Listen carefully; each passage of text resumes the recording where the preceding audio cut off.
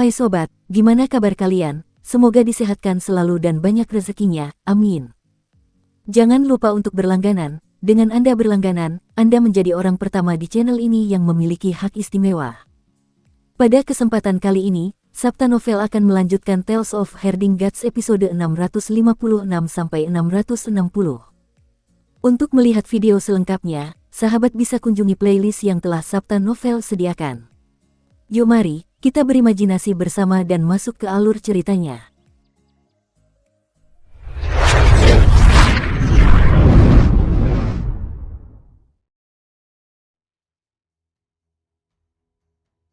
Putra Dewa Cahaya Merah Tua berbalik dan berkata sambil tersenyum, tidaklah menyinggung jika aku mengundangmu ke Aula Suci.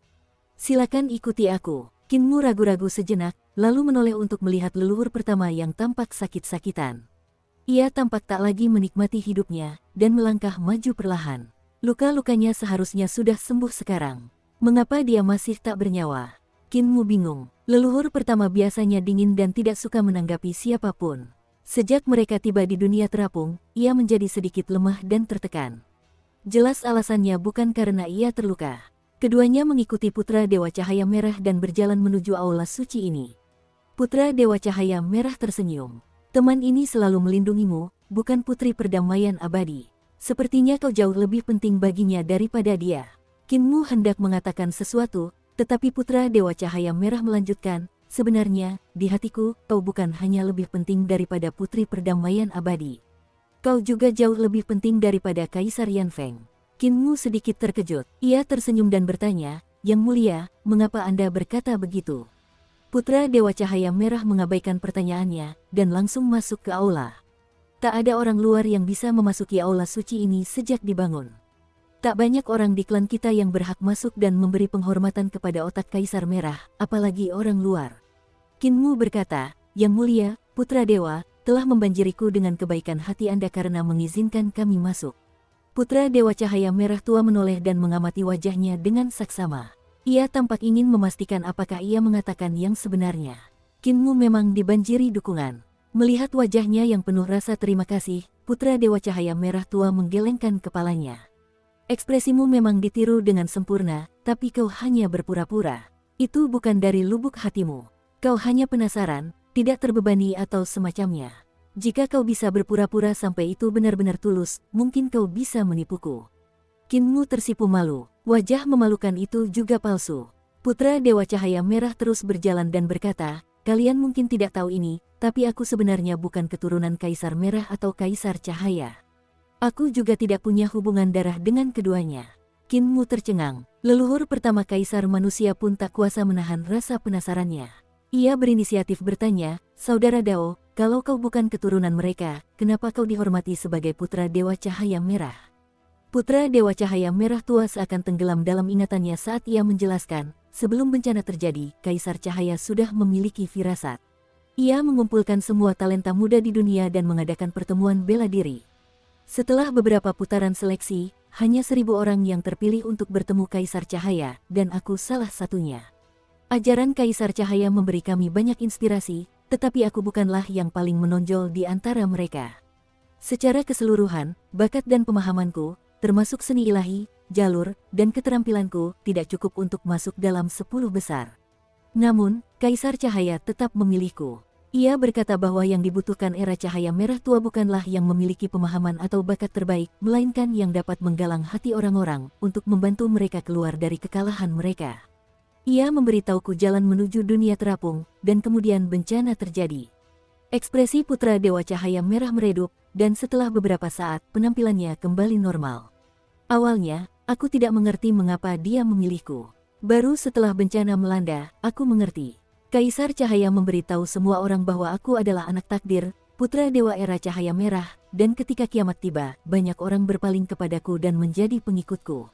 Mereka percaya bahwa aku adalah anak takdir yang dapat memberi mereka harapan, jadi aku membawa sisa anggota klanku, sisa harapan era Cahaya Merah, keluar angkasa dan mencari dunia terapung, dan akhirnya kami menetap.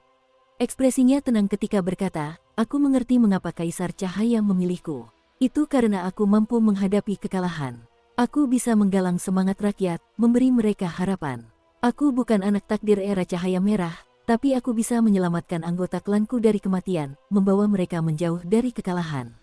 Aku juga bisa membangkitkan mereka dari pola pikir damai dan tenang mereka, dan memberi mereka semangat untuk berjuang serta membangkitkan semangat liar era cahaya merah. Kaisar manusia leluhur pertama terdiam. Pengalaman putra Dewa Cahaya Merah sangat mirip dengan pengalamannya. Namun, keduanya membuat pilihan yang sangat berbeda. Putra Dewa Cahaya Merah bertahan dan terus melangkah maju. Ia adalah pemimpin yang luar biasa, dan ia tahu kapan harus mundur dan kapan harus menyerang. Di sisi lain, ia telah memimpin anggota klan yang tersisa menuju kedamaian abadi dan kemudian tertidur. Ia tidak melakukan apapun selama 20.000 tahun dan tidak memberi harapan apapun kepada anggota klannya. Alasan mengapa dia begitu sakit-sakitan dan depresi beberapa hari terakhir ini adalah karena dunia terapung itu mengingatkannya pada desa bebas. Bukankah situasi dunia terapung sekarang adalah situasi desa bebas saat ini? Putra Dewa Cahaya Merah mencoba keluar dari dunia terapung, tetapi siapa yang bisa membawa mantan bawahan kaisar pendiri keluar dari desa bebas? Desa bebas juga membutuhkan putra Dewa Kaisar pendiri. Sekarang, setelah mendengar dan memahami masa lalu Crimson Light Son of God, dia teringat masa lalunya sendiri. Saya bukan putra Tuhan, Kaisar pendiri. Kepahitan muncul di hatinya. Guru surgawi benar, seorang desertir tentara akan selalu menjadi desertir tentara. Putra Dewa memberitahu kami rahasia-rahasia ini tanpa ragu. Mungkinkah kau berencana membunuh kami semua? Suara Kinmu tiba-tiba membuyarkan lamunannya. Putra Dewa Cahaya Merah terkekeh dan menggelengkan kepalanya. Tidak juga, teman di sampingmu ini sangat kuat. Lagi pula, tubuhmu mengandung energi yang mengerikan. Meskipun dikekang oleh segel, tetap saja membuatku berdebar kencang. Aku tidak ingin membunuh kalian berdua. Sebaliknya, aku ingin mengikat kalian berdua, agar kita lebih dekat. Ia menambahkan dengan serius, Kaisar Yan Feng memiliki roh kaisar surgawi, tetapi ia lahir di waktu yang salah. Sayang sekali, ia pasti akan mati, jadi Anda tidak akan mendapatkan apapun dengan membantunya. Jika Kanselir Agung Qin dapat membantu saya dapat memperpanjang takdir perdamaian abadi dan cahaya merah. Kita dapat berkumpul kembali dan melawan surga sekali lagi. Kanselir Agung Qin, tolong bantu saya. Kinmu tertegun, lalu tiba-tiba tertawa. Suaranya bergema di dalam dinding aula suci. Setelah sekian lama, tawanya perlahan mereda, dan senyum di wajahnya pun perlahan menghilang. Ia menggelengkan kepala dan berkata, Yang mulia, Putra Dewa, pasti ada yang salah paham. Aku bukan pilar perdamaian abadi, juga bukan pengajar kekaisaran yang bertanggung jawab atas reformasi. Aku hanyalah Kanselir Agung Perdamaian Abadi yang terlibat secara kebetulan. Jika kau ingin melibatkan seseorang, libatkan pengajar kekaisaran. Bakat dan pengetahuannya melampauiku 100, tidak, 2 kali lipat. Sekitar 2 kali lipat, mungkin bahkan tidak 2 kali lipat, tetapi dia masih bisa. Pengajar kekaisaran perdamaian abadi. Aku akan menemuinya secara pribadi di masa depan dan melihat apakah dia layak menerima pujian dari Kanselir Agung. Kanselir Agung tidak perlu mengusirku. Siapa yang bisa mengatakan dengan jelas apa yang akan terjadi di masa depan? Pertimbangkan dulu, otak Kaisar Merah Tua ada di depan, kata Putra Dewa Cahaya Merah Tua sambil tersenyum. Kinmu dan leluhur pertama menatap ke depan dan melihat cahaya terang memancar dari depan. Cahaya itu saling bersilangan, saling meliuk, dan bentuknya seperti otak raksasa yang menempati beberapa bidang ruang.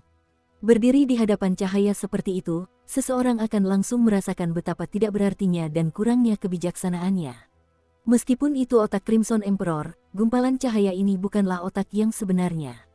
Crimson Emperor telah berubah menjadi dunia yang melayang, jadi otaknya sudah tidak ada lagi. Cahaya ini hanyalah cahaya kesadarannya yang masih mengalir. Cahaya yang membentuk otak memiliki tempat yang sangat terang dan tempat yang sangat redup.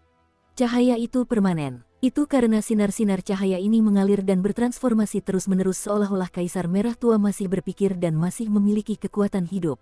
Sungguh eksistensi yang kuat. Meskipun tubuhnya telah musnah dan jiwanya telah terhapus, kesadarannya masih ada dan abadi. Kinmu membungkuk pada gumpalan cahaya ini. Rasa hormatnya kepada Kaisar Merah Tua benar-benar datang dari lubuk hatinya. Rasa hormat ini tulus, tanpa sedikit pun kebohongan. Putra Dewa Cahaya Merah Tua datang di depan otak Kaisar Merah Tua dan berkata, saat itu, ketika Kaisar Cahaya memberi penghormatan kepada Kaisar Merah Tua, beliau menerima seutas kesadaran Kaisar Merah Tua. Ini memungkinkan beliau menemukan jalan keluar bagi kita. Saya menduga Kaisar Merah Tua mungkin tidak ingin kita menemukan dunia terapung untuk digunakan sebagai tempat persembunyian. Beliau mungkin ingin kita meminjam seutas kesadaran itu agar kita dapat menemukan otaknya dan menerima beberapa ingatan yang ada di benaknya. Qin Mu terdiam. Ia berseru dalam hati, meskipun putra dewa ini bukan putra takdir yang sebenarnya, ia tahu cara berpikir terbalik. Proses berpikirnya mirip denganku. Putra Dewa Cahaya Merah Tua memasang ekspresi rumit saat ia dengan lembut menyentuh otak Kaisar Merah Tua.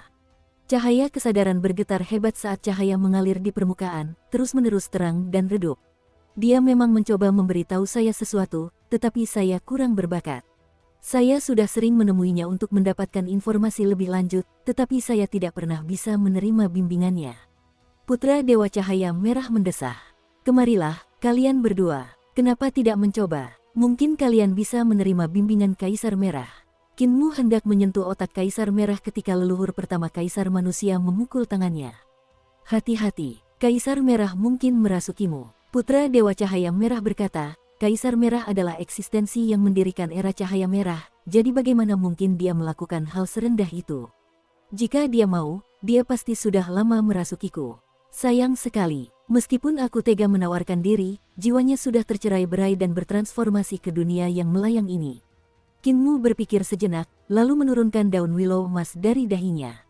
Ia mengulurkan tangannya sambil tersenyum. Aku tidak akan mati hanya karena satu sentuhan. Leluhur pertama mengerutkan kening, tetapi ia juga mengulurkan telapak tangannya. Kedua telapak tangan mereka menyentuh otak Kaisar Merah secara bersamaan. Ledakan keras yang seakan membelah langit dan bumi menggelegar di benak mereka.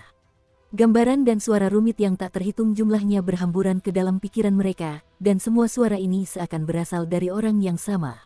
Namun, kalimat-kalimat dari suara-suara ini sangat pendek. Hanya sebuah frasa, tetapi jumlahnya sangat banyak. Dalam sekejap, ribuan frasa bergema bersamaan. Sementara itu, gambaran-gambaran itu tampak rumit dan sulit dipahami. Ribuan gambaran melintas di wajah mereka, dan semuanya tampak seperti pemandangan beraneka ragam dan mengerikan yang dapat dilihat ketika langit dan bumi terbelah. Bola mata Qin Mu dan Kaisar Manusia leluhur pertama berputar cepat seperti drum mainan. Bola mata mereka sama sekali tidak terlihat jelas. Dentingan. Di dalam mata di jantung alis Qin Mu, sebenarnya ada mata lain, dan mata itu saat ini sedang menatap dengan rasa ingin tahu. Saat ini, di dalam mata Qin Mu, Qin Fengqing yang besar dan gemuk sedang duduk di Klon Tiandi. Ia menarik segel ke samping dan berhasil mengintip salah satu matanya, nyaris tak melihat situasi di luar. Bayi raksasa ini sangat penasaran. Meminjam mata di tengah alis Qin Mu, ia menatap otak Kaisar Merah sambil meneteskan air liur. Tiba-tiba, informasi dari otak Crimson Emperor membanjiri pikirannya. Siapa gerangan yang sedang merencanakan sesuatu padaku? Bayi besar itu terkejut saat potongan-potongan informasi yang keras itu menahannya di tempatnya. Pada saat yang sama, tekanan pada Qin Mu berkurang secara signifikan, tetapi Kaisar Manusia leluhur pertama sudah berdarah dari semua lubangnya. Tangannya terlepas tanpa sadar, dan ia pun ambruk, tubuhnya menegang dan pingsan. Putra Dewa Cahaya Merah mendesah pelan. Kau juga tak mampu menangani informasi di otak Kaisar Merah. Memang, kultivasimu sedikit lebih rendah dariku. Kalau aku saja tak mampu, bagaimana mungkin kau bisa? Dia mengangkat tangannya dan di atasnya terdapat sarung tangan transparan. Saat dia menyentuh otak Kaisar Merah sebelumnya, dia tidak terpengaruh karena ada sarung tangan yang memisahkan tangannya dari otak tersebut. Di sisi lain, Kanselir Agung Qin. Tatapan Putra Dewa Cahaya Merah berkelebat. Ketiga matanya terbuka bersamaan, menatap Qin Mu. Bagaimana kau bisa bertahan sampai sekarang dan masih belum pingsan? Namun, ini bukan masalah lagi. Kau sudah jatuh ke dalam labirin kesadaran otak Kaisar Merah. Kau mungkin tidak akan bangun lagi. Ia mengangkat tangannya pelan-pelan, dan Kaisar Manusia leluhur pertama yang tak sadarkan diri melayang. Putra Dewa Cahaya Merah Tua kemudian berbalik, dengan Kaisar Manusia leluhur pertama melayang di belakangnya. Aku pernah melihat orang-orang sepertimu. Kau takkan pernah tunduk padaku. Bahkan jika reformasi Kaisar Perdamaian Abadi gagal, kau juga takkan tunduk, dan kau hanya akan membantu Putri Yuxiu. Ia berjalan keluar dari aula suci dengan tatapan kosong. Ia berkata lembut, kau tidak akan mati, tetapi kesadaranmu akan menyatu dengan kesadaran Kaisar Merah Tua, dan kau akan tenggelam ke dalam labirinnya. Sekalipun kau bisa keluar dari sana, kau akan menemukan bahwa dunia ini bukan lagi dunia yang kau ingat. Orang-orang akan menjadi asing bagimu, tak lagi kau kenal. Ia mulai berjalan turun. Saat itu, angin sepoi-sepoi bertiup dari dalam aula suci. Putra Dewa Cahaya Merah sedikit terkejut saat dia berbalik untuk melihat pintu Aula Suci. Aula Suci tiba-tiba meredup, dan suara terkejut Qin Mu terdengar dari dalam. Padam, bagaimana bisa jadi seperti ini? Leluhur pertama, Putra Dewa, di mana kalian? Tidak ada orang di sekitar. Baiklah, saatnya lari. Putra Dewa Cahaya Merah melihat Qin Mu menyelinap keluar dari Aula Suci bagaikan pencuri. Saat melihatnya tepat di luar, sikap licik kanselir agung ini langsung lenyap.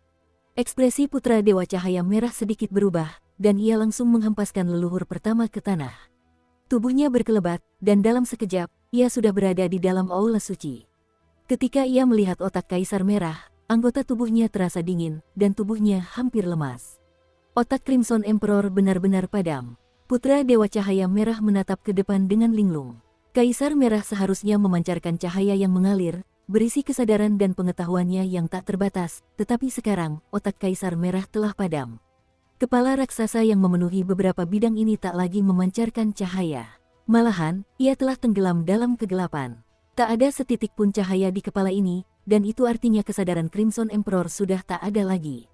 Kalau kesadaran Crimson Emperor sudah tidak ada lagi, di manakah dia? Dia buru-buru menoleh dan langsung melompat, berjalan dengan wajah muram keluar aula. Maling, niat membunuh memenuhi benaknya, dan bahkan sebelum ia melangkah keluar dari Aula Suci, langit di luar telah dipenuhi awan gelap. Angin, hujan, guntur, dan kilat menyambar. Kilatan petir menyambar dari awan gelap dan melesat melintasi langit yang bergemuruh. Putra Tuhan murka, dan itu bukan kemarahan biasa. Langit benar-benar berubah warna. Namun, ketika ia berjalan ke depan pintu, hatinya yang kacau perlahan-lahan kembali tenang, dan akibatnya, kilat di langit perlahan mereda. Angin dan hujan pun berhenti, dan awan gelap pun menghilang. Aku sendiri tidak bisa keluar dari labirin kesadaran Crimson Emperor, jadi mengapa dia tidak tenggelam ke dalamnya? Putra Dewa Cahaya Merah mengangkat kakinya. Pikirannya dipenuhi keraguan saat ia melayang dengan kaki menggantung di udara. Seberapa kuat kesadaran Kaisar Merah? Aku juga tak sanggup menahannya, tapi dia bisa. Lagi pula, kesadaran Kaisar Merah telah berada di sini selama 50.000 tahun, dan kesadarannya tak mengenali satu pun anggota klan, jadi bagaimana mungkin dia menerima pengakuan Kaisar Cahaya Merah begitu saja? Mengapa Kaisar Merah meninggalkan kesadarannya? Mengapa aku tak bisa menerima pengetahuan dalam kesadaran Kaisar Merah? Kakinya masih menggantung di udara sementara wajahnya tampak berubah-ubah antara terang dan gelap. Langit di luar aula terkadang cerah, terkadang dipenuhi awan gelap. Terkadang, tak ada awan sejauh 10.000 mil, dan terkadang, ada kilatan petir dan gemuruh guntur. Putra Dewa Cahaya Merah Tua bergumul dalam hatinya. Kesadaran Kaisar Merah Tua ditinggalkan oleh Kaisar Merah Tua, jadi pasti tidak mungkin jatuh ke tangan orang luar. Apakah itu berarti Kaisar Merah Tua telah memilih Qin Mu? Atau apakah Kaisar Merah Tua punya alasan lain untuk melakukannya? Kanselir Besar Qin tidak mewakili cahaya merah. Begitu dia membulatkan tekadnya, langkah kakinya mendarat, menyebabkan Gunung Suci dan Aula Suci ini bergetar sedikit. Sementara itu, Qin Mu sedang berada di samping leluhur pertama. Ia sedang memeriksa kondisinya dan menyadari bahwa ia telah jatuh koma. Ia pasti telah dihantam oleh kesadaran mengerikan Kaisar Merah saat menyentuhnya. Karena otaknya tak mampu menahannya, ia pun pingsan.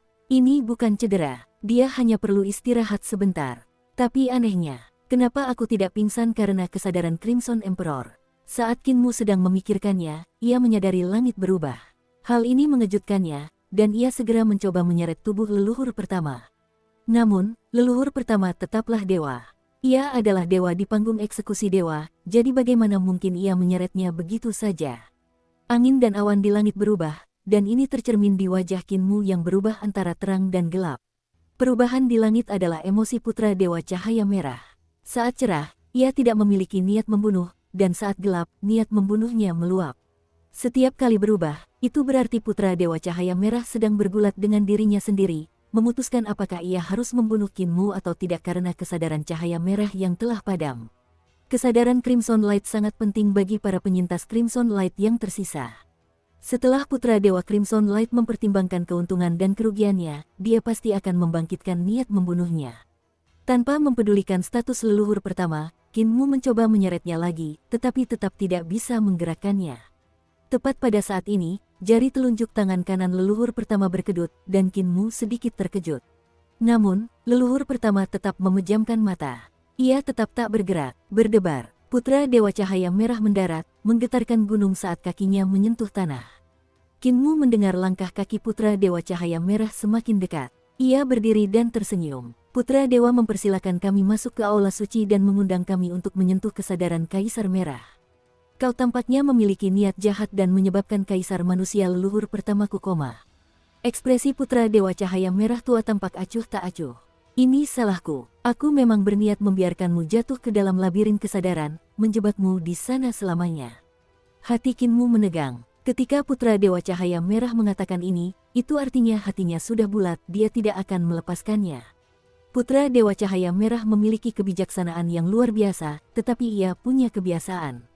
Ketika hatinya sedang memikirkan sesuatu yang jahat, ia biasanya akan membocorkan rahasia. Ketika mereka memasuki Aula Suci, ia telah membocorkan rahasia asal-usulnya sebagai Putra Dewa. Setelah itu, leluhur pertama pingsan, dan Kinmu hampir jatuh ke dalam labirin kesadaran Kaisar Merah. Dan sekarang, dia telah mengungkapkan pikirannya sebelumnya, dan itulah rahasia di dalam tubuhnya. Itu adalah firasat bahwa dia akan membunuh. Jika Kanselir Agung Qin dapat melepaskan dan menyerahkan kesadaran Kaisar Merah, aku dapat melupakan masa lalu, kata Putra Dewa Cahaya Merah dengan suara acuh tak acuh. Kinmu sedikit tertegun. Ia berkata sambil tersenyum, anak dewa begitu santai. Sejujurnya, aku juga tidak tahu kenapa otak Kaisar Merah bisa padam begitu saja, jadi menyerahkan kesadarannya bahkan lebih mustahil lagi. Jika anak dewa tahu sesuatu, kenapa kau tidak menjelaskannya? Putra Dewa Cahaya Merah berkata dengan lembut, otak Kaisar Merah adalah wadah bagi kesadarannya. Ketika kesadaran Kaisar Merah meninggalkannya, cahaya otak Kaisar Merah telah padam. Saat ini juga, kesadaran Kaisar Merah sudah ada di dalam otakmu. Kinmu memeras otaknya. Memang ada banyak gambar dan suara di benaknya. Namun, jumlahnya tidak banyak, dan mereka tidak akan pernah bisa menampung kesadaran Kaisar Merah. Ia berkata sambil tersenyum, pikiranku memang memiliki beberapa gambar dan suara aneh, tetapi bagaimana cara mengembalikan kesadaran Kaisar Merah? Aku belum pernah melihat atau mendengar seni ilahi yang dapat mengekstrak kesadaran dari otak. Semoga Putra Dewa membimbingku. Wajah kaku Putra Dewa Cahaya Merah nyaris tak tersenyum.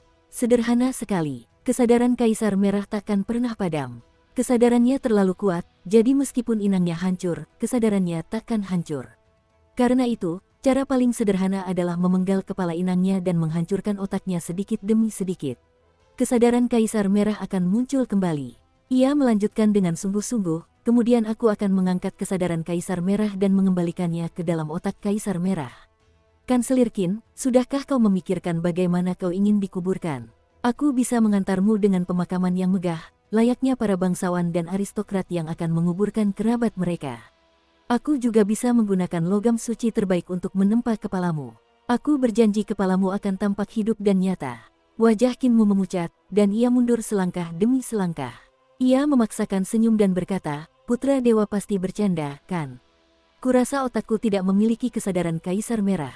Jika ada, aku pasti sudah menjadi Kaisar Merah lainnya. Putra Dewa, jangan gegabah. Pikirkan baik-baik. Jubah ungu Putra Dewa Cahaya Merah perlahan melayang, dan ia berkata dengan serius, ini adalah metode terbaik yang bisa kupikirkan saat ini. Kanselir Qin juga bisa mencoba lari. Kau boleh lari sejauh mungkin, tapi apa kau pikir kau bisa lolos dari dunia yang melayang ini? Kenapa kau tidak diam saja dan biarkan aku memenggal kepalamu agar aku bisa memeriksanya dengan benar? Kinmu berbalik dan berlari menuruni gunung seperti gumpalan asap. Ekspresi Putra Dewa Cahaya Merah tua berubah dingin. Kelopak mata ketiganya di tengah alisnya terbuka, dan ia mendesah. Mengapa orang secerdas itu membuat keputusan yang begitu tidak bijaksana? Sepertinya, sesaat sebelum kematian seseorang, biasanya mereka akan melakukan hal bodoh. Cahaya ilahi di mata ketiganya terkonsentrasi dan melesat keluar. Begitu sinar cahaya ilahi ini melesat keluar, leluhur pertama melompat, dan pedang cahaya gioknya menusuk mata ketiganya. Putra Dewa Cahaya Merah tua merasakan sakit yang luar biasa saat kristal pupil di tengah alisnya mengalir turun bersama darahnya. Tiba-tiba, 2 kepala tumbuh dari balik jubah ungunya, dan 4 lengan tumbuh dari balik lengannya. Ke-6 lengannya membawa kekuatan yang mengerikan saat ia menyerang Kaisar Manusia leluhur pertama. Kaisar Manusia leluhur pertama tidak menghindar. Begitu menusuk mata ketiganya, ia langsung meninggalkan pedangnya. Ia menyilangkan tangan, lalu melesatkan mudra langit dan bumi, membiarkan serangan Putra Dewa Cahaya Merah mengenai dirinya. Wujud pertama dari 3 wujud langit yang terbalik, runtuhnya langit dan hilangnya bumi, meledak dengan kekuatan penuh dan menghantam tubuh putra Dewa Cahaya Merah. Keduanya saling bertabrakan hampir bersamaan, dan suara tulang retak terdengar dari tubuh Kaisar Manusia leluhur pertama. Tulang rusuknya tertancap di punggungnya dan menembus tubuhnya, menusuk pakaiannya. Wajahnya juga terluka parah akibat gerakan itu dan menjadi terdistorsi. Dagu bawahnya hancur, dan ia terlempar mundur lebih cepat daripada Qin Mu yang berlari menuruni gunung. Ia jatuh ke tanah dan membuat lubang besar satu langkah di depan Qin Mu. Istana-istana di sampingnya runtuh dan ambruk saat jatuh ke dalam lubang besar. Di sisi lain Gunung Suci, di puncak gunung, tubuh jasmani putra Dewa Cahaya Merah menjadi terpelintir pada sudut yang aneh, pinggangnya seperti boneka kertas yang terlipat di pinggang, leher tengah di antara ketiga leher telah patah, dan kepalanya terlempar ke belakang. Ledakan, tubuhnya menghantam aula suci, dan ledakan dahsyat mengguncang dunia saat dinding di belakangnya meledak. Batu-batu yang tak terhitung jumlahnya berterbangan ke segala arah, dan tubuh putra Dewa Cahaya Merah pun ikut terbang, melesat melintasi langit bagai seberkas cahaya. Tanah di bawah kaki Qin Mu runtuh terus-menerus saat mereka jatuh ke dalam lubang besar. Pemuda itu melompat-lompat, menginjak anak tangga batu yang runtuh, dan dengan cepat turun ke dasar lubang. Kaisar Manusia leluhur pertama terbaring di sana dengan tangan dan kaki terentang. Rasa sakit yang hebat membuat otot-otot wajahnya berkedut tak terkendali. Kemampuannya lebih kuat dariku, dan wilayah kekuasaannya lebih tinggi dariku. Lagi pula, dia punya 3 kepala, dan aku baru menghancurkan 1 kepalanya. Cepat pergi. Qin Mu mencoba menggendongnya, tetapi Kaisar Manusia leluhur pertama berteriak dengan marah, 12 pasang tulang rusukku patah. Hanya tulang punggungku yang tersisa. Aku tidak bisa bertarung lagi, cepat pergi. Kemana aku akan pergi? Qin Mu menggelengkan kepalanya. Teknik era cahaya merah sangat ahli dalam menciptakan tubuh jasmani. Jika mereka bisa menumbuhkan 2 kepala dan 4 lengan, mereka juga bisa menumbuhkan kembali tulang mereka yang patah tanpa banyak usaha. Kau hanya perlu mengolah seni ilahi penciptaan mereka, dan kau akan bisa menumbuhkan kembali tulang rusukmu. Lihat, inilah manfaat dari meneliti cincin ilahi penciptaan. Kau masih memasang wajah kesal. Meskipun kau tidak mengatakan apa-apa, kau punya dendam padaku karena tidak mempelajari keterampilan mudramu. Kaisar Manusia leluhur pertama merasa geram. Ia berbaring di sana tanpa bergerak. Di saat kritis seperti ini, kau masih saja bicara omong kosong. Enyahlah, cepat enyahlah. Qin Mu berkata sambil tersenyum, aku juga tidak bisa keluar dari dunia terapung ini. Kemana aku bisa kabur? Dia benar-benar tidak sanggup menyeret Kaisar Manusia leluhur pertama, jadi dia hanya bisa menyerah. Dia mengeluarkan pisau misterius eksekusi dewa dan menggenggamnya erat-erat di kotak kecil sambil menatap puncak gunung di Gunung Suci. Suara desisan, jejak cahaya yang mengalir terbang kembali, dan putra Dewa Cahaya Merah kembali ke depan aula suci. Kepalanya yang berada di tengah masih miring ke belakang dan memuntahkan darah. Ia juga memuntahkan potongan-potongan tulang yang hancur, dan itu pasti tulang selangka yang hancur saat lehernya patah. Setelah memuntahkan tulang-tulangnya yang hancur, leher di bagian tengah perlahan-lahan tegak, sementara kepalanya juga berangsur-angsur tegak. Luka-luka di lehernya sembuh dengan cepat. Crimson Light Era memang memiliki pencapaian luar biasa dalam seni penciptaan, dan itu sungguh sesuatu yang patut membuat iri.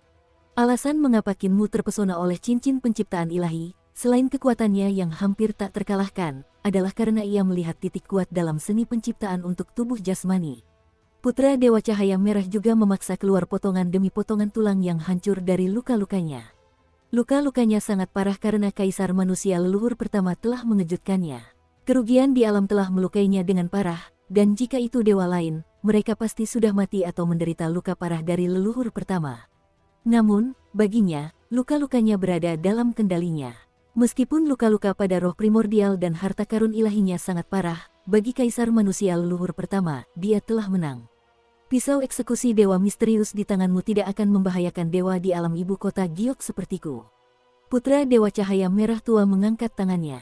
Dari kejauhan, tanah terangkat, mengangkat Qin Mu dan Kaisar Manusia leluhur pertama, lalu berubah menjadi pilar batu.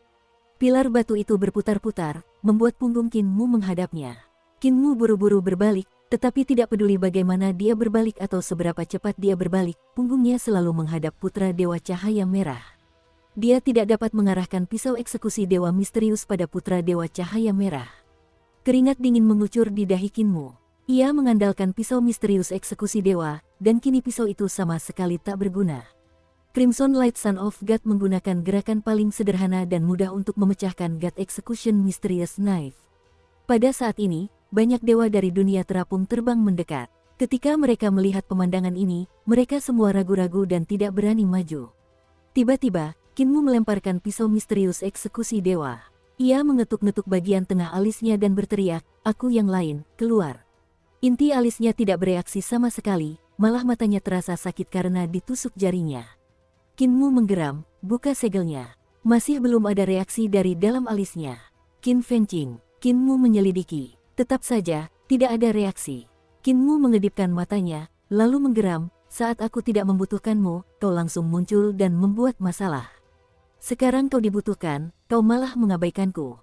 Untuk apa aku membutuhkanmu?" Di kedalaman mata ketiganya, di segel tanah kata Qin, bayi besar bermata tiga Qin Fengqing menunjukkan ekspresi takjub saat melihat kepala lain tumbuh dari lehernya. Kepala ini benar-benar berbeda dari penampilan Kinmu saat kecil. Itu adalah kepala Kaisar Merah. Bayi raksasa itu berdiri, melepaskan sesepuh berjubah putih yang terhimpit di bawah pantatnya. Begitu bebas, ia segera melarikan diri. Qin Fengqing mengangkat tinjunya yang besar dan memukul kepalan itu dengan keras ke lehernya. Bang, bang, bang, bang. Setelah serangkaian serangan, seorang kaisar parubaya dengan penampilan luar biasa terlempar keluar dari tubuhnya. Wajahnya penuh memar saat ia terkapar di tanah. Kaisar parubaya itu terkejut dan geram. Ia segera bangkit untuk membalas, tetapi ia membeku ketika melihat situasi di sekitarnya. Ia tak kuasa menahan diri untuk melompat kaget. Duke Langit, Brahma, dan bahkan segel Pangeran Bumi. Di mana tempat ini? Kenapa aku di sini? Saat Kaisar Parubaya itu sedang memikirkan situasinya, bayi besar itu tiba-tiba menyambarnya. Ia meronta sejenak, tetapi tak bisa melepaskan diri. Ia mencibir dan berkata, "Aku hanya sebuah kesadaran, apa yang bisa kau lakukan padaku?" Kaca, bayi itu menggigit separuh tubuhnya, lalu dia menggigit lagi hingga tubuhnya tertelan seluruhnya. Sangat hambar, tidak ada rasa manusia atau rasa hantu, ada apa ini? Kepala Kaisar Merah perlahan tumbuh kembali dari leher bayi itu. Bayi itu marah dan mulai memukul-mukul lagi, akhirnya memukulnya hingga terlepas dari tubuhnya. Kaisar Merah Tua merangkak naik, dan ia berseru, "Sudah kubilang, aku ini kesadaran. Aku bukan Kaisar Merah Tua yang sebenarnya. Kau tak bisa memakanku, Pak." Bayi itu memukulnya hingga jatuh seolah-olah ia seekor lalat, mengguncang pegunungan di negeri itu. Ketika bayi itu mengangkat tangannya, Kaisar Merah Tua terkapar di tengah-tengah jejak telapak tangan yang besar itu. Dari kejauhan, klon Duke Langit ingin memperingatkannya, tetapi ia tidak berani berteriak terlalu keras dan menarik perhatian bayi itu. Kaisar Merah Tua, berhentilah meronta dan bertengkar dengannya. Begitu dia lelah bermain denganmu, dia akan berhenti. Peringatannya tidak didengar saat Kaisar Merah Tua merangkak lagi dan berkata dengan marah, "Tahukah kau siapa aku?" "Kau, piak." Kaisar Merah Tua terbanting lagi, dan bekas telapak tangannya kali ini bahkan lebih dalam. Ia berjuang untuk bangun dan berkata, "Aku." Piak, piak, piak. Bayi itu terus-menerus memukul. Bahkan jantung Heaven Duke berdebar ketakutan. Setelah beberapa saat, bayi menggemaskan yang tampak berwibawa dan kuat ini akhirnya kehilangan minat pada Crimson Emperor. Adipati Langit maju selangkah demi selangkah, berhati-hati agar tidak membuat bayi besar itu waspada, lalu menarik Kaisar Merah Tua keluar. Ia berbisik, "Jangan repot-repot melawannya di tanah tertutup ini. Kau hanya akan babak belur. Aku tidak bisa menghancurkan segel Earthbound dan penindasan Brahma Buddha sendirian, tetapi dengan kehadiranmu di sini, aku sekarang lebih percaya diri. Mari kita bekerja sama. Jangan bersuara dan waspadai inkarnasi iblis ini." Kaisar Merah berkata, "Aku hanyalah kesadaran Kaisar Merah. Aku tidak punya banyak kemampuan, dan aku khawatir aku tidak bisa menembus segel Earthbound dan penindasan Brahma Buddha." Klon Heaven Duke tersenyum. "Kalau cuma segel Earthbound, itu nggak cukup buat menjebakku. Inti masalahnya ada pada Brahma Buddha.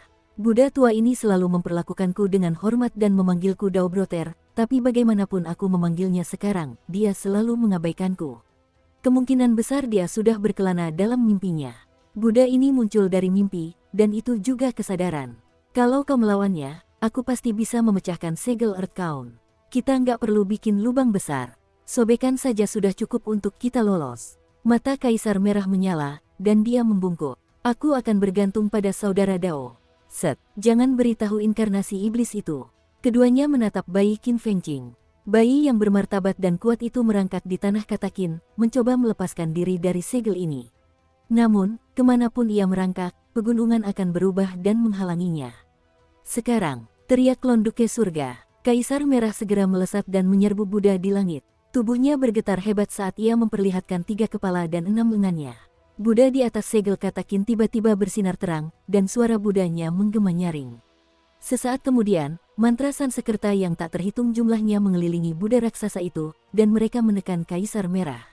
Saudara Dao Brahma, bukan pikiran maupun tanpa pikiranmu tidak dapat mengalahkan 3 kesadaran Dewa Abadi Roh Primordialku. Keduanya adalah kesadaran yang bertabrakan. Heaven Duke merasakan tekanannya menurun drastis dan segera mulai menghancurkan segel Earthbound. Heaven Duke memiliki kekuatan tak terbatas, dan ia mengangkat kakinya untuk menghentakkan kaki dengan keras. Tanah kata Qin tiba-tiba berhenti berfungsi, dan klon Heaven Duke memanfaatkan kesempatan ini untuk mengangkat tangannya dan mendorong langit. Sebuah air mata vertikal terbuka di langit seolah-olah kelopak mata sedang dibuka. Kaisar Merah, berhentilah bertarung dengan Brahma. Ayo kita lari, teriak klon Duke Langit. Kaisar Merah terkejut sekaligus gembira. Dalam sekejap, kedua makhluk purba itu melesat ke angkasa. Mereka berubah menjadi 2 cahaya yang mengalir dan terbang menuju celah itu. Pada saat itu, ketiga mata bayi Qin Fengqing memancarkan kilatan licik dan senyum tersungging di wajahnya.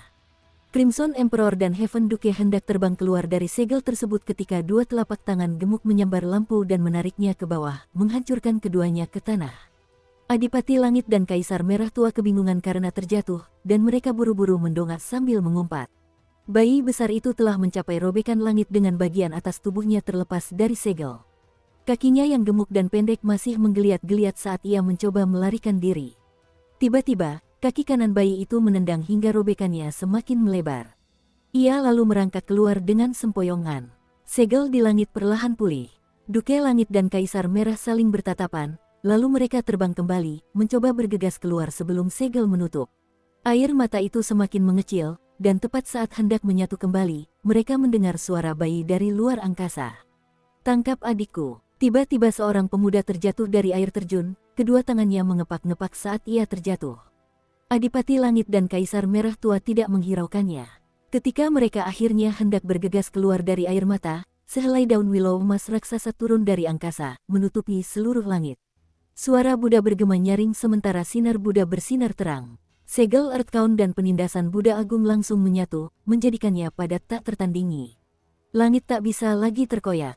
Kaisar Merah murka. Ia segera menyerbu Buddha Agung sambil berteriak, Adipati Langit, Saudara Dao, aku akan berurusan dengan Buddha tua itu. Hancurkan segelnya. Dukung terus channel YouTube Sabta Novel. Duke Langit menggelengkan kepalanya. Ia tampak hancur. Kita tidak bisa. Itu tidak mungkin lagi. Setelah daun willow ini menutupi mata ketiga, segel dan penindasan akan menyatu.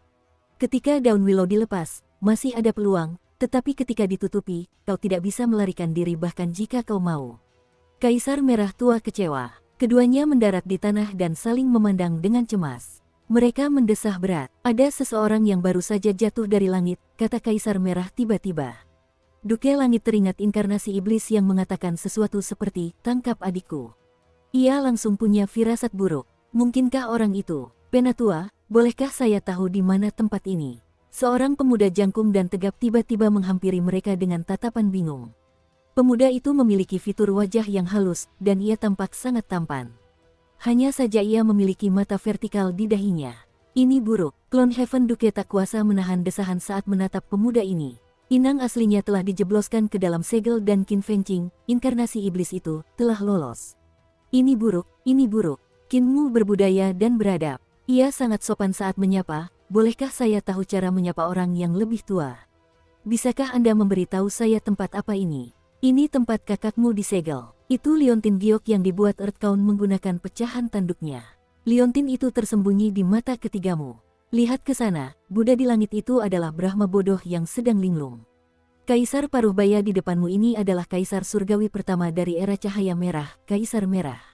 Sedangkan aku, kloning Adipati Langit menghela napas dan berkata, aku hanya penasaran dengan Putra Youdu dan datang ke sini secara tidak sengaja. Dalam kebingunganku, aku tersegel dan tertindas di sini. Kau pernah bertemu denganku sebelumnya. Kau pernah menatap mataku selama 2 hari 2 malam. Kau adalah Adipati Langit, teriak Qinmu kaget. Klon Heaven Duke mengangguk tak berdaya. Tidak apa-apa asal kau tahu. Jangan sebarkan beritanya atau reputasiku akan hancur. Tapi, kau tidak akan punya kesempatan untuk mengatakannya karena kau juga tersegel di sini. Kinmu melihat sekeliling dengan linglung. Adipati Langit, Kaisar Merah, Buddha Brahma, dan juga tanduk Pangeran Bumi. Kapan makhluk mengerikan ini muncul di mata ketiganya? Kakak laki-laki, aku masih punya kakak laki-laki. Tiba-tiba ia tersadar dan berkata dengan tergesa-gesa, putra Dewa Cahaya Merah tua akan membunuhku. Kakak laki-lakiku yang melemparku ke sini. Kenapa aku tidak tahu kalau aku punya kakak laki-laki? Apa tidak ada diriku yang lain yang tersembunyi di dalam tubuhku? Kaisar Merah tua sama sekali tidak tahu apa-apa tentang ini, jadi dia tidak tahu harus menjawab apa. Adipati Langit tampak mengerti dan berkata, saudaramu itu adalah Qin Fengqing. Kau juga Qin Fengqing. Aku bisa menjelaskannya dengan jelas. Dia disucikan, seorang Raja Iblis sejak lahir, dan dia hanya tahu pembantaian. Di sisi lain, kau lahir terlambat, dan kesadaranmu baru lahir setelah Earth Count menyegelnya. Dia mewakili kejahatan. Kalau begitu, aku mewakili kebaikan, kan? Tanya Kinmu bersemangat. Klon Heaven Duke ragu-ragu. Ia tak sanggup mengatakan yang sebenarnya ketika melihat wajah gembiranya. Ia hanya berkata samar-samar, tidak ada kebaikan dan kejahatan bagi seorang bayi. Seseorang tetap harus melihat pendidikan dan ajaran yang diperolehnya. Jika seseorang tinggal di keluarga yang baik, kebaikannya akan lebih besar daripada keburukannya. Jika seseorang tinggal di tempat yang penuh dengan orang jahat, keburukannya akan lebih besar daripada kebaikannya. Kinmu menenangkan hatinya, lalu menghela napas lega. Ia berkata sambil tersenyum, aku tahu aku mewakili kebenaran dan kebaikan karena didikanku sangat baik. Para tetua di desa kami semuanya orang baik dengan reputasi yang tersohor. Kedua mata klon Heaven Duke memancarkan dua sinar cahaya putih yang menempuh jarak 10 meter. Ia baru tersadar setelah beberapa saat, dan berkata, kau juga tidak bisa disalahkan atas masalah ini. Qin Fengqing itu terlalu licik. Dia sengaja membiarkan kita membuka segelnya agar bisa kabur, lalu dia melemparkanmu ke sini untuk menekanmu. Dengan begitu, kau tidak akan pernah bisa merebut kembali tubuhmu karena kau terjebak di sini bersama kami. Orang ini mungkin sedang membuat kekacauan di luar sekarang. Kaisar Merah, apakah dunia terapungmu ini punya kekuatan untuk melindungi dirinya sendiri? Kaisar Merah ragu-ragu, lalu menggelengkan kepalanya. Tubuh jasmaniku telah berubah menjadi dunia yang melayang, dan bahkan roh primordialku pun telah hancur dengan sendirinya. Saat aku memasuki dunia kecil ini, aku terluka parah. Kinmu tiba-tiba tersadar, dan ia bertanya dengan rasa ingin tahu, kau adalah kesadaran Kaisar Merah. Bagaimana kau bisa masuk? Bukankah kau ada di dalam kepala Kaisar Merah? Bagaimana kau bisa tersegel di sini? Jika kau tidak tiba-tiba menghilang, Putra Dewa Cahaya Merah tidak akan ingin membunuh kita. Ketiga wajah Kaisar Merah memerah. Ini sulit dijelaskan dengan beberapa kata. Tatapan Kinmu berkedip, lalu ia berkata, kita semua tersegel di sini, jadi kita punya banyak waktu. Bagaimana kalau Yang Mulia Kaisar Merah menceritakannya perlahan-lahan? Kaisar Merah ragu-ragu. Ia tak ingin bicara. Klon Heaven Duke berkata sambil tersenyum, biar ku katakan untuknya. Ketika dia memasuki alam semesta kecil ini, jiwanya sudah terpencar, tetapi dia tidak rela menerima kematiannya seperti ini, jadi tubuh jasmaninya telah menjadi dunia yang mengambang, mengubah kesadarannya menjadi kesadaran abadi yang harus dipertahankan. Selama seseorang dapat menahan kesadarannya, dia akan dapat hidup kembali. Namun, dia tidak benar-benar hidup kembali, dan dia yang lainlah yang akan hidup kembali. Kinmu kini mengerti segalanya. Ia mencibir sambil berkata, yang juga berarti kesadaran Kaisar Merah akan sepenuhnya menghapus kesadaran orang yang ia miliki. Meskipun orang itu tidak akan memiliki jiwanya, ia akan memiliki kesadarannya, dan apapun yang dipikirkan dan dilakukan orang itu akan sama persis dengannya. Itu akan menjadi dirinya, bukan dirinya. Meskipun ia sudah mati, kesadarannya akan tetap hidup. Ini adalah jenis kepemilikan yang berbeda. Kaisar Merah sebenarnya menyukaiku dan merasa bahwa aku dapat mewarisi kesadarannya. Ia bisa saja menghapus kesadaranku, tetapi ia tidak menyangka. Kaisar Merah tua mendesah. Aku tidak menyangka akan ada bayi aneh bermata tiga. Aku berencana untuk menguasainya, tetapi aku mendapati bahwa kesadaran bayi aneh ini luar biasa kuat dan tercemar tak terkira. Kesadarannya dipenuhi dengan pikiran-pikiran jahat yang tak tertandingi, dan aku sama sekali tidak bisa menghapus kesadarannya. Malahan, aku dihajar habis-habisan olehnya, dan setelah dihajar habis-habisan, aku bahkan diejek dan terjebak di sini. Kamu pantas mendapatkannya. Kinmu mencibir. Kaisar Merah tua murka, dan klon Adipati Langit berkata, berhenti bertengkar. Masalah terbesar sekarang adalah berapa lama lagi sebelum dunia terapung ini musnah. Kaisar Merah terdiam sejenak. Ia bertanya, seberapa kuat sebenarnya Qin Fengqing ini? Di Gunung Suci dunia terapung, langit dan bumi tiba-tiba terbelah saat putra Dewa Cahaya Merah dihantam tanpa ampun oleh sebuah tinju raksasa. Gunung Suci itu berguncang hebat dan terus-menerus tenggelam. Muer kuat sekali. Leluhur pertama, yang terbaring di tanah, menunjukkan ekspresi takjub sekaligus puas. Ia sedang memperhatikan bayi besar bertubuh besar itu ketika tiba-tiba, ia dihempaskan oleh sebuah telapak tangan besar. Tubuh kaisar manusia leluhur pertama berputar seperti gasing di udara, dan ia terbang ke kejauhan. Ia kebingungan sambil berpikir, mengapa Muer menyerangku? Apakah dia masih dendam padaku karena telah menghancurkan mayat leluhur kedua? Ubah tempat ini menjadi Little Youdu. Bayi itu menghancurkan aula suci dengan penuh semangat dan membelahnya berkeping-keping. Puncak gunung pun setengah hancur. Aku akan memanggil ibu untuk tinggal bersamaku. Tapi sungguh menyebalkan ibu tidak mengizinkanku memakan manusia. Putra Dewa Cahaya Merah tua meraung keras saat ia melesat ke langit untuk membunuh bayi itu. Ledakan, sebuah tinju menyambutnya. Tubuh putra Dewa Cahaya Merah tua sepenuhnya memeluk tinju itu, dan ia pun terpental mundur dengan cepat. Mata bayi itu tiba-tiba berbinar. Ia bertepuk tangan sambil tersenyum dan berkata, "Oh, aku tahu.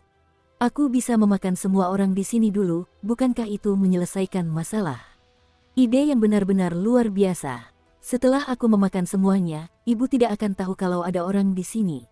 Jadi, ibu tidak akan dendam padaku karena melakukan hal-hal buruk. Sementara bayi itu berpikir keras dengan penuh semangat, para dewa yang tak terhitung jumlahnya dari dunia terapung datang terbang. Mereka melihat puncak gunung suci telah meledak, dan mereka tak kuasa menahan rasa ngeri dan geram saat menyerang bayi itu dengan ganas. Ada banyak sekali dewa di dunia terapung. Namun, tidak ada musuh selama 50.000 tahun, sehingga kultivasi para praktisi seni dewa di dunia terapung berjalan lambat. Mereka tidak bisa dibandingkan dengan dunia luar yang penuh dengan perjuangan dan pertarungan. Di sisi positifnya, mereka telah mengumpulkan cukup banyak dewa selama 50.000 tahun terakhir. Selain para dewa yang ditinggalkan oleh era cahaya merah, ada juga hampir 10.000 dewa.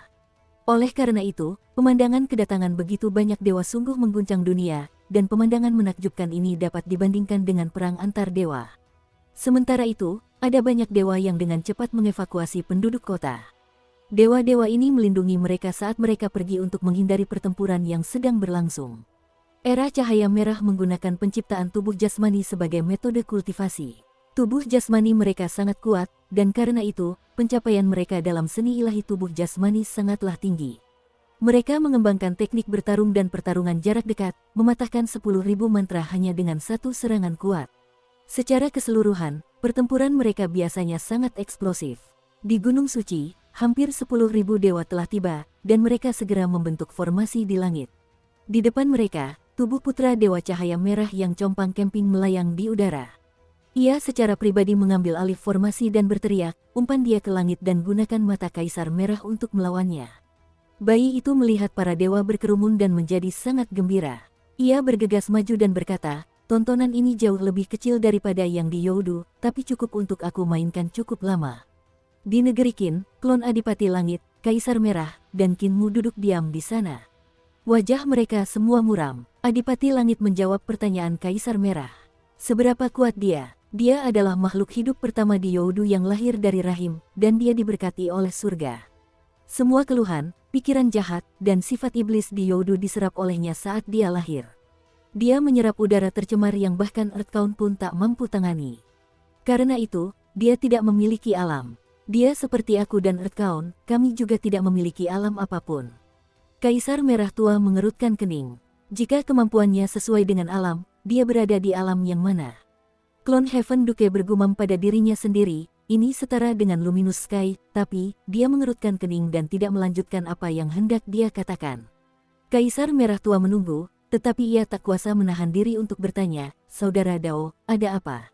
Tidak bisakah kau mengatakannya?" Adipati Langit menghela napas dan menjelaskan, 19 tahun yang lalu, tidak, sekitar 20 tahun yang lalu, ketika dia lahir dan menciptakan kekacauan di Youdu, aku telah memisahkan seutas kesadaran dan memasuki Youdu karena rasa ingin tahu. Saat itu, banyak makhluk kuno juga memasuki Youdu, dan keributannya sangat besar. Pertama, langit surgawi mengelilinginya, lalu puluhan ribu prajurit surgawi dan prajurit hantu dilahapnya.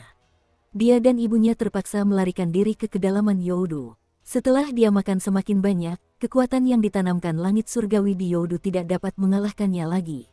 Dia juga menghancurkan manfaat dari beberapa makhluk kuno di Youdu, sehingga para petinggi ini tidak bisa lagi tinggal diam. Kau juga harus tahu satu atau dua dari makhluk kuno ini. Kaisar Merah Tua menggelengkan kepalanya. Aku jarang ke Youdu, jadi aku tidak kenal banyak orang. Duke Langit berkata sambil tersenyum, selain langit surgawi, mereka yang bisa bertahan di Youdu pastilah beberapa praktisi kuat di tahta kaisar yang telah meninggal. Langit surgawi telah membentuk rezim independen, dan praktisi kuat di tahta kaisar juga akan membentuk rezim mereka sendiri setelah mereka meninggal. Earthcount akan memberi mereka sedikit harga diri. Para praktisi kuat ini hanya memiliki roh primordial mereka, dan karena mereka tidak memiliki tubuh jasmani, kemampuan mereka tidak seperti sebelumnya. Selain untuk berjaga-jaga terhadap Earthcount, alasan mengapa langit surgawi membentuk rezim independen di Youdu juga untuk berjaga-jaga terhadap para petinggi ini, itulah mengapa kekuatan di Youdu sangat rumit. Mereka jauh lebih rumit daripada Suanduku. Kaisar Merah, jika kau mati di luar, kau akan menjadi petinggi Youdu dan kekuatanmu tidak akan lemah dan tidak berarti. Kaisar Merah tercengang. Ia bergumam, iblis inkarnasi ini telah bertarung dengan para praktisi kuat ini di tahta kaisar. Duke Langit mengangguk dan mendesah. Benar, para petinggi ini selalu menginginkan wajah mereka setelah mati, jadi alih-alih mengepung dan menyerangnya sekaligus, mereka ingin melawannya satu lawan satu. Setelah itu, dia tumbuh terlalu cepat. Dia telah memakan terlalu banyak dewa iblis dan monster Youdu, dan hanya dalam beberapa bulan. Hati Kaisar Merah dipenuhi rasa takut. Dia tidak mungkin sekuat itu. Duke Langit berkata, saat dia di Youdu, dia sekuat itu. Dia dewa, Raja Iblis yang lahir di Youdu, jadi wajar saja kalau dia tak terkalahkan di Youdu. Hanya Earthcount yang bisa menekannya. Namun, saat dia tidak di Youdu, dia tidak akan sekuat itu. Kaisar Merah merasa tenang, dan berkata, dunia yang melayang itu bukanlah Youdu. Itu adalah alam semesta kecil. Aku telah menggunakan tubuh jasmaniku untuk membangun surga ini. Adipati Langit mendesah.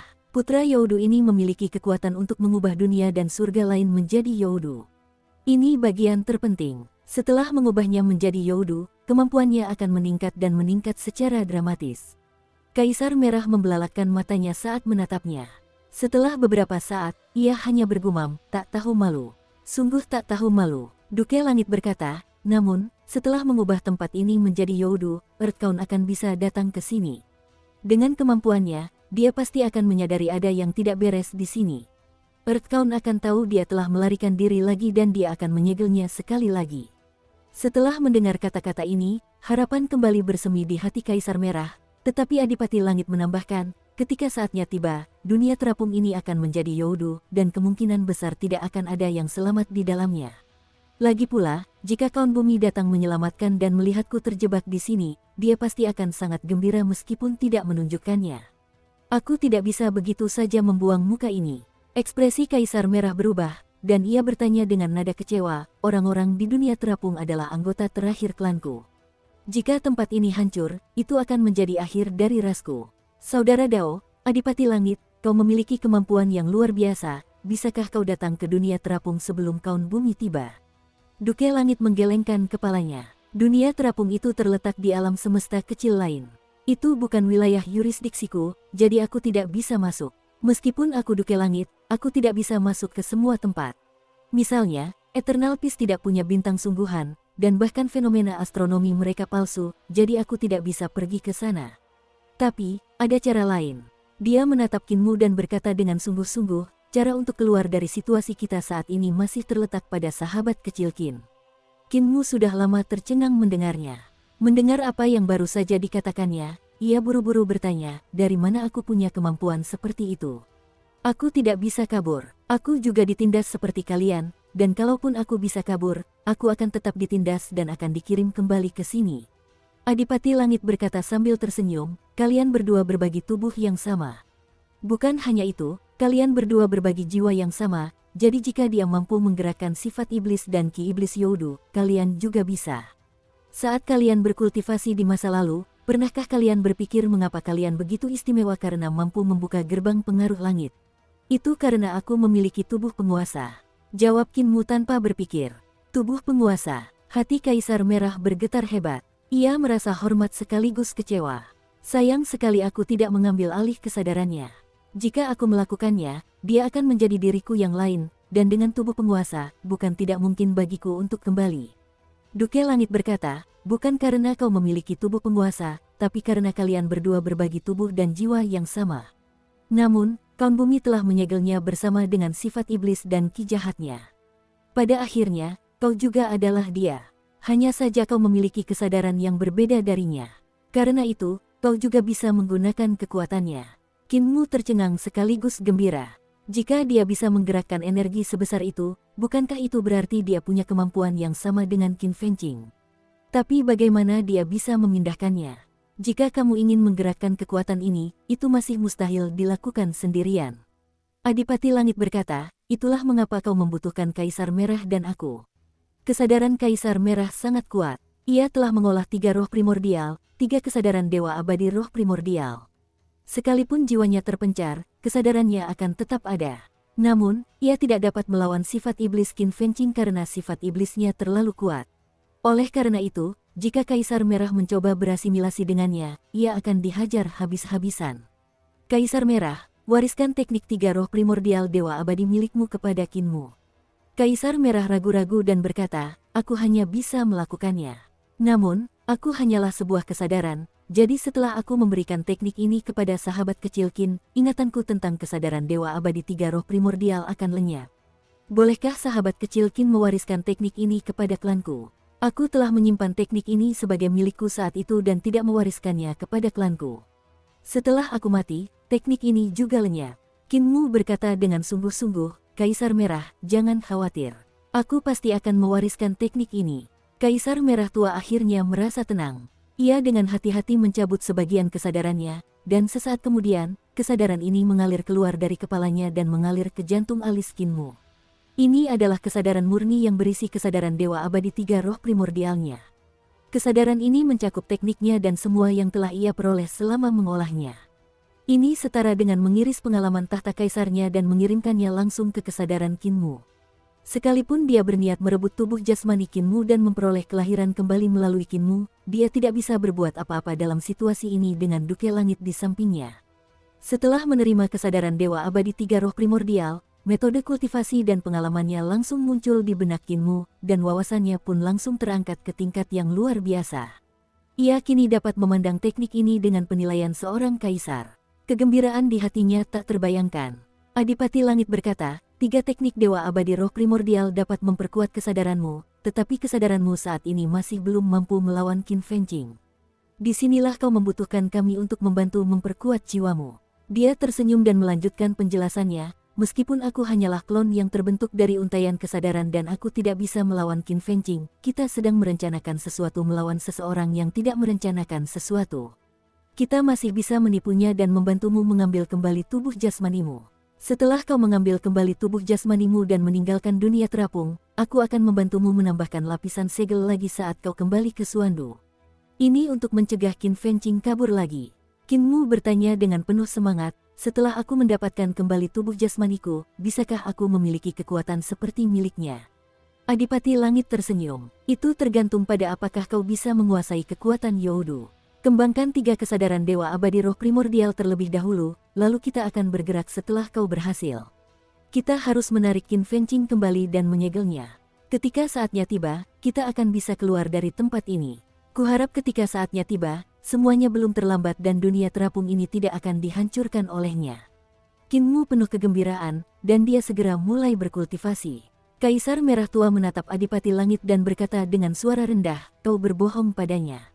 Dia sama sekali tidak bisa mengendalikan kekuatan Youdu. Begitu dia menerima kekuatan itu, dia akan ternoda oleh sifat iblis Youdu, dan dia akan berubah menjadi Qin Fengqing lain atau bahkan lebih buruk. Cahaya di mata Adipati Langit berkedip-kedip. Ia mengangguk. Lebih parah lagi, meskipun Qin Fengqing penuh dengan kejahatan, bagaimanapun juga dia tetaplah bayi. Dia suka menyelesaikan masalah dengan kekerasan, dan dia hanya akan mengambil nyawa orang dengan seni ilahi Youdu setelah terdesak, dan untuknya. Alis putih dan janggut putihnya terangkat, dan ia berkata dengan suara pelan, jahat, licik, dan berbahaya. Kecepatan dan kemampuan beradaptasinya 100 hingga 1000 kali lebih sulit dihadapi daripada Qin Fengqing.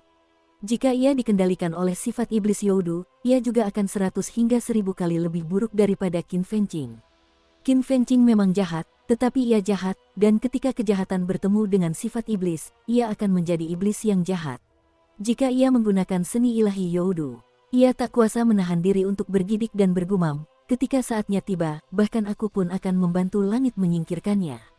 Untungnya, ia sedang disegel oleh Earth Count dan ditekan oleh Brahma Buddha. Selama Qin Fengqing ditarik kembali, ia tak akan bisa kabur. Kaisar Merah berkata sambil mendesah, semakin tua, semakin bijak. Yang disegel dan ditekan oleh hitungan bumi dan Buddha tua adalah sifat iblis dan ki iblis Youdu. Begitu Qin Fengqing kembali ke dalam segel, sifat iblis dan ki iblisnya juga akan ditekan. Ketika itu terjadi, kita berdua bisa memanfaatkan kesempatan ini untuk melarikan diri dan meninggalkan tempat ini.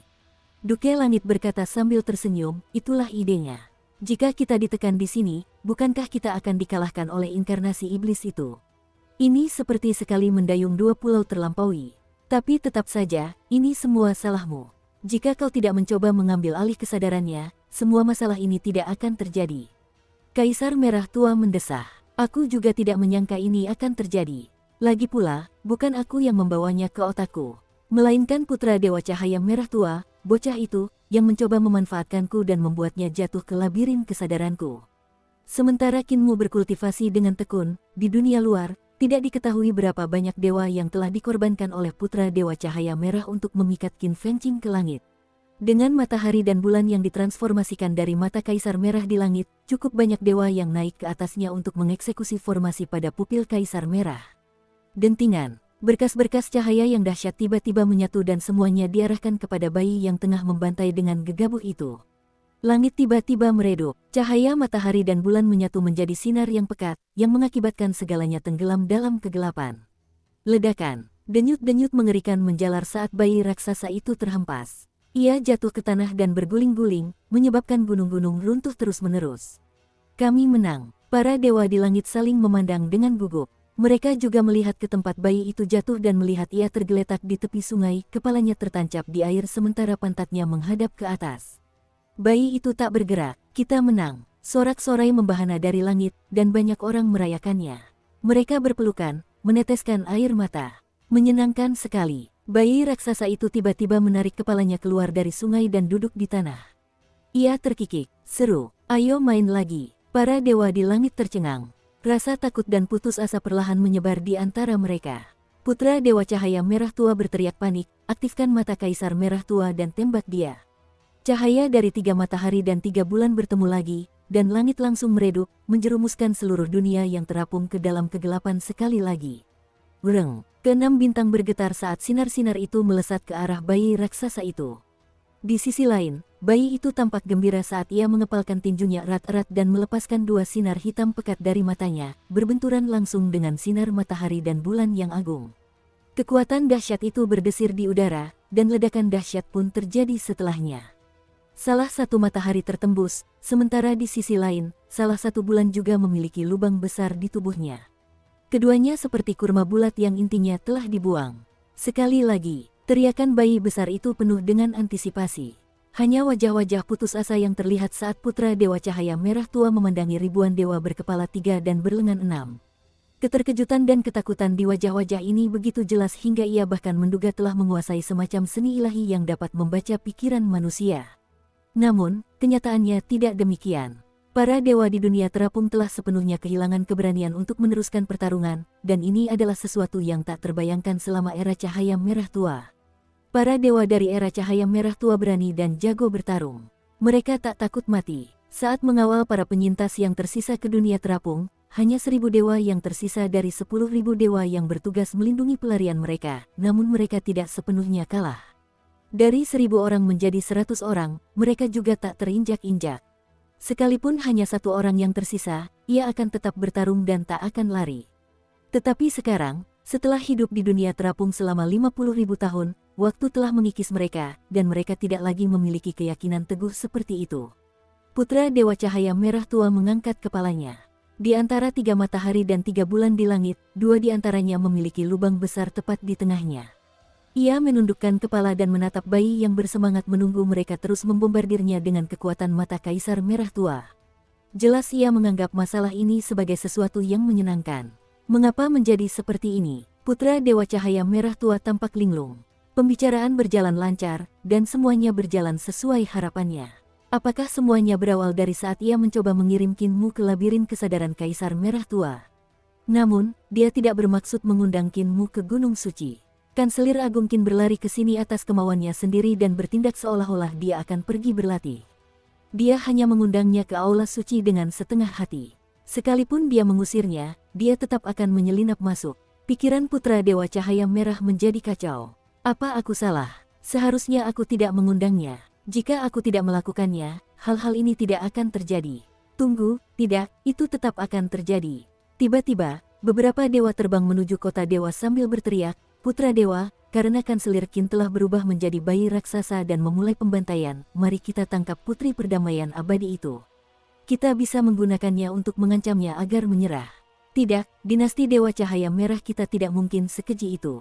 Saat ia mengatakan ini, suaranya semakin lembut. Bayi besar ini adalah Qin Mu, dan ia telah melihatnya terus membesar dan semakin muda. Pertumbuhannya terbalik, berubah dari seorang pemuda menjadi bayi yang luar biasa besar. Baby Qin Mu terlalu kuat, dan Putra Dewa Cahaya Merah Tua tidak punya cara lagi untuk menghadapinya. Jika terus seperti ini, dunia terapung akan hancur, dan para penyintas era Cahaya Merah Tua yang tersisa juga akan dibantai habis-habisan. Mungkin mengambil Ling Yuxiu sebagai sandera dan menggunakan nyawanya sebagai ancaman akan menjadi keputusan yang sangat baik. Meskipun hal ini tercela, namun hal ini menyangkut kelangsungan hidup ras mereka, jadi dia harus bersikap tercela apapun yang terjadi. Akhirnya, beberapa dewa menyerbu ke kediaman Ling Yuxiu, dan salah satu dari mereka menangkapnya tanpa penjelasan. Setelah menahannya, ia terbang ke langit dan berteriak kepada bayi itu, Kanselir Qin, jika kau tidak berhenti, aku akan menghancurkan Putri Kedamaian Abadimu sampai mati. Bayi itu tampak tak tergerak dan malah tampak sangat gembira. Ia bertepuk tangan sambil menunggu sang dewa menghancurkan Ling Yuxiu. Dewa itu murka. Tepat saat ia hendak menghancurkan Ling Yuxiu, cahaya kapak tiba-tiba melesat dari tengah alis Ling Yuxiu. Dalam sekejap, dewa itu terbelah menjadi dua. Ling Yuxiu masih tersadar dari keterkejutannya ketika para dewa lain dari dunia terapung bergegas mendekat. Cahaya kapak terlihat berterbangan dari dahinya, menari-nari di langit seolah-olah ada raksasa tak terlihat yang sedang menebas ke kiri dan ke kanan dengan kapak raksasa. Darah dewa mulai bercucuran, sementara potongan-potongan tubuh berterbangan ke segala arah. Ling Yuxiu tercengang. Ia berteriak, ini kapak-kapak yang ditebaskan Santo penebang kayu di kepalaku. Ia telah menebas lebih dari selusin kali. Dewa-dewa lainnya tidak berani maju ketika mereka melihat pemandangan ini. Ling Yuxiu menatap bayi itu dan ragu-ragu. Ia berencana untuk terbang maju ketika Kaisar Manusia Leluhur pertama tiba-tiba terbang mendatar, terbaring di udara. Dengan mulut terkatup, ia bergumam, Putri Xiu, jangan pergi. Muer tidak mengenali siapapun sekarang. Ia bahkan memukuliku dan hampir memukulku sampai mati. Ayo pergi. Ling Yuxiu tersentak kaget, dan buru-buru memeriksa leluhur pertama. Ia melihat semua tulangnya patah, terutama dagunya yang hancur. Yang menggembalakan sapi itu yang melakukan ini. Dia bingung, tidak sepenuhnya. Aku bertarung dengan Putra Dewa Cahaya Merah Tua, dan dia mematahkan dagu dan tulang rusukku. Sisa lukaku disebabkan oleh tamparan dari Muer, dasar tak tahu terima kasih. Leluhur pertama tidak berani bergerak. Gerakan sekecil apapun akan menggeser tulang-tulangnya yang patah dan menyebabkan rasa sakit yang luar biasa, jadi ia hanya bisa menggunakan kekuatan sihirnya yang padat untuk mengangkat dirinya. Meskipun ada beberapa kesalahpahaman di antara kita, aku tetap leluhurnya dari 100 generasi yang lalu, tetapi aku telah menghajarnya seperti ini. Dia sedang tidak sehat sekarang, jadi jangan pergi. Dia sepertinya dirasuki iblis, dan kau hanya akan dipukuli sampai mati dan dimakan habis jika kau pergi. Aku punya firasat dunia yang melayang ini tidak akan bertahan lama lagi. Ling Yuxiu terdiam, dan dia bergegas terbang bersamanya. Pada saat ini, bayi itu akhirnya kehilangan minat pada matahari dan bulan lain di langit. Tubuhnya tiba-tiba bergetar, memancarkan energi iblis Youdu yang tak terbatas. Ketika para dewa di langit terjerumus ke dalam energi iblis, mereka pun tercemar dan jatuh dari langit. Mereka sama sekali tidak mampu melawan energi iblis. Putra Dewa Cahaya Merah Tua terkejut dan murka. Ia menyerangnya sekuat tenaga, tetapi sesaat kemudian, ia dicengkeram oleh telapak tangannya yang besar. Ketika ia mencoba melepaskan diri, ia tidak bisa melepaskan diri dari cengkeramannya. Bayi itu membuka mulutnya yang penuh dengan gigi setajam silet dan mulai memasukkannya. Tepat ketika ia hendak digigit menjadi dua bagian, klon Duke Langit berubah menjadi sinar dan memasuki tubuh Kinmu. Sekarang, Kinmu mengeksekusi 3 kesadaran Dewa Abadi Roh Primordial dengan ganas. Dalam sekejap, kesadarannya menjadi liar dan ganas di bawah bantuan Adipati Langit. Seutas kesadarannya terlepas dari segel, dan bayi Qin Fengqing tiba-tiba merasa kehilangan kendali atas tubuhnya. Ki iblis dan sifat iblis dalam tubuhnya mengalir deras ke mata ketiganya. Siapa yang telah merencanakan sesuatu terhadapku? Ia tak peduli lagi memakan Crimson Light Son of God. Ia buru-buru meraih daun willow emas di tengah alisnya dan menurunkannya. Dia menggunakan daun willow emas ini untuk menyegel Kinmu di tanah Katakin, bersama dengan kesadaran Adipati Langit dan Kaisar Merah. Sekarang, dia merasakan ada perubahan abnormal di alisnya, jadi dia segera menurunkan daun willow untuk memeriksanya. Namun, ia tidak menyangka bahwa ketika ia menurunkan daun willow, Kaisar Merah langsung melawan kesadaran Buddha Brahma, dan ini melonggarkan segelnya. Hal ini memungkinkan kesadaran abadi Kinmu untuk menerobos dan berebut kendali atas tubuhnya. Bayi itu sedikit panik ketika tubuhnya mulai menyusut. Sifat iblis dan energi iblis di tubuhnya mengalir deras ke tubuh Kinmu yang saat ini berada di dunia Katakin. Seiring kekuatannya perlahan terkuras, ia tak mampu lagi mengendalikan diri, dan tubuhnya semakin mengecil. Meskipun demikian, ia masih beberapa kali lebih besar daripada putra Dewa Cahaya Merah. Sementara itu, di negeri Qin, Kinmu hanya merasakan energi dahsyat mengalir ke arahnya, meningkatkan kultivasinya secara drastis. Kekuatan itu telah melampaui imajinasinya dan memungkinkan tubuhnya mengandung kekuatan tak terbatas. Seolah-olah ia bisa menghancurkan langit dan menghancurkan bumi berkeping-keping. Kekuatan yang luar biasa, aku sangat lapar. Suara yang menggetarkan keluar dari mulut Kinmu saat tubuhnya semakin tinggi. Ia memancarkan ki iblis Youdu yang kental di sekujur tubuhnya, dan sifat iblis Youdu juga mengalir deras ke dalam tubuhnya. Sifat iblis itu mengubah kesadaran dan seluruh pikirannya, mengubah semua pikiran negatif menjadi pikiran serakah dan jahat.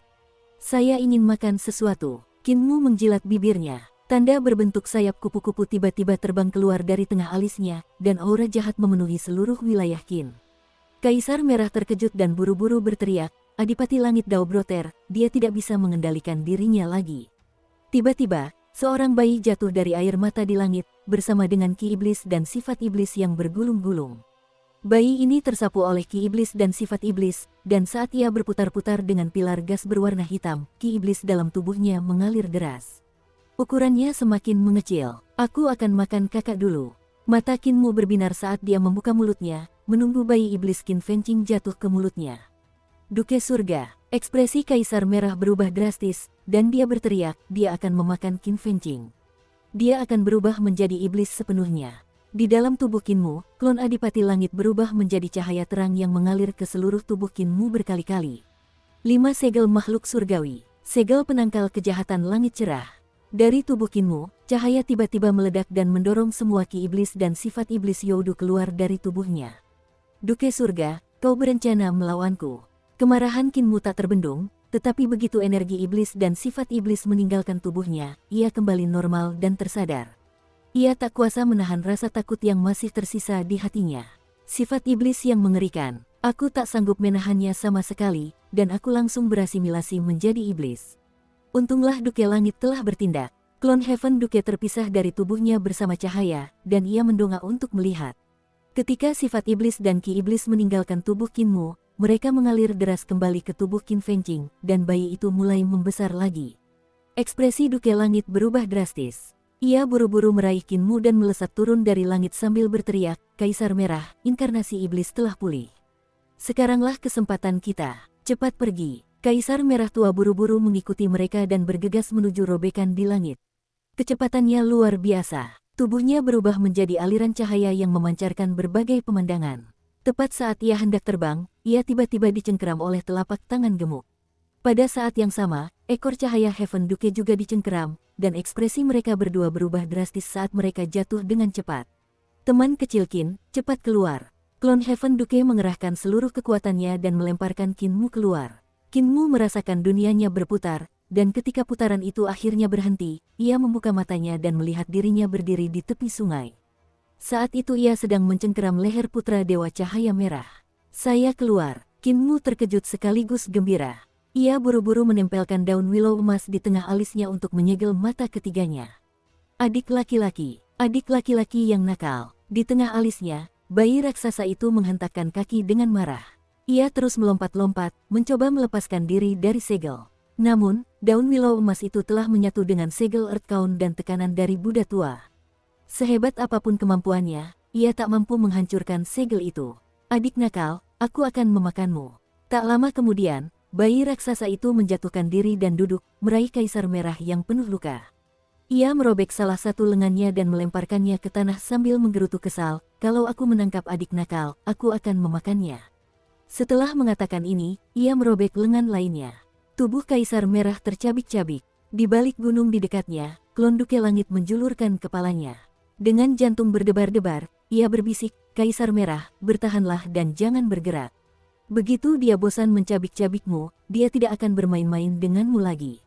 Kau harus bertahan." Kaisar merah adalah kesadaran yang tidak memiliki tubuh fisik. Entah lengan atau kakinya yang terkoyak, ia bisa menumbuhkannya kembali. Namun, pengalaman ini tidak terlalu menyenangkan. Dalam kesadarannya, dia masih seorang kaisar surgawi dari era cahaya merah. Bagaimana mungkin seorang kaisar surgawi bisa mengalami penghinaan seperti itu? Mengapa saya merasa dia akan bermain sangat lama untuk meredakan amarahnya? Di tepi sungai, putra Dewa Cahaya Merah masih dicengkeram leher Kinmu. Ketika tiba-tiba ia batuk darah, Kinmu tersadar dan buru-buru melepaskannya. Putra Dewa Cahaya Merah terkejut, tetapi lukanya terlalu parah. Kakinya lemas dan ia jatuh ke tanah sambil terus batuk. Bayi besar Qin Fengqing hampir saja meremukkannya. Untungnya, teknik penciptaan tubuhnya masih sangat kuat, jadi tidak fatal. Di depannya, Kinmu melihat sekeliling dengan ekspresi kosong. Matahari dan bulan di langit tampak seperti dua donat. Tak jauh dari sana, rumah-rumah di kota dewa ini sebagian besar telah runtuh, gunung suci setengah runtuh, dan aula suci telah lenyap sepenuhnya. Ketika ia mengalihkan pandangannya, ia melihat banyak mayat dewa di tanah, dan masih ada Ki Iblis Youdu di sekitarnya yang belum sepenuhnya menghilang. Di udara, ribuan dewa berkepala 3 dan berlengan 6 menatapnya dengan ketakutan dan putus asa. Bahkan putra Dewa Cahaya Merah tua pun berlutut di depan kakinya, jadi bagaimana mungkin mereka tidak putus asa? "Jika kau ingin membunuhku atau memotong dagingku." Napas putra Dewa Cahaya Merah melemah, dan ia berusaha sekuat tenaga untuk menopang tubuhnya. Ia mengangkat kepalanya dan memohon sambil tertawa getir, "Lakukan apapun yang kau mau. Tinggalkan saja beberapa orang untuk era cahaya merahku." Kinmu menggaruk kepalanya dan mencoba bertanya, "Yang mulia, putra dewa, jika saya mengatakan semua ini hanya kesalahpahaman, apakah Anda akan mempercayai saya?" "Karena saya tidak bisa mengendalikan diri." Putra Dewa Cahaya Merah tercengang.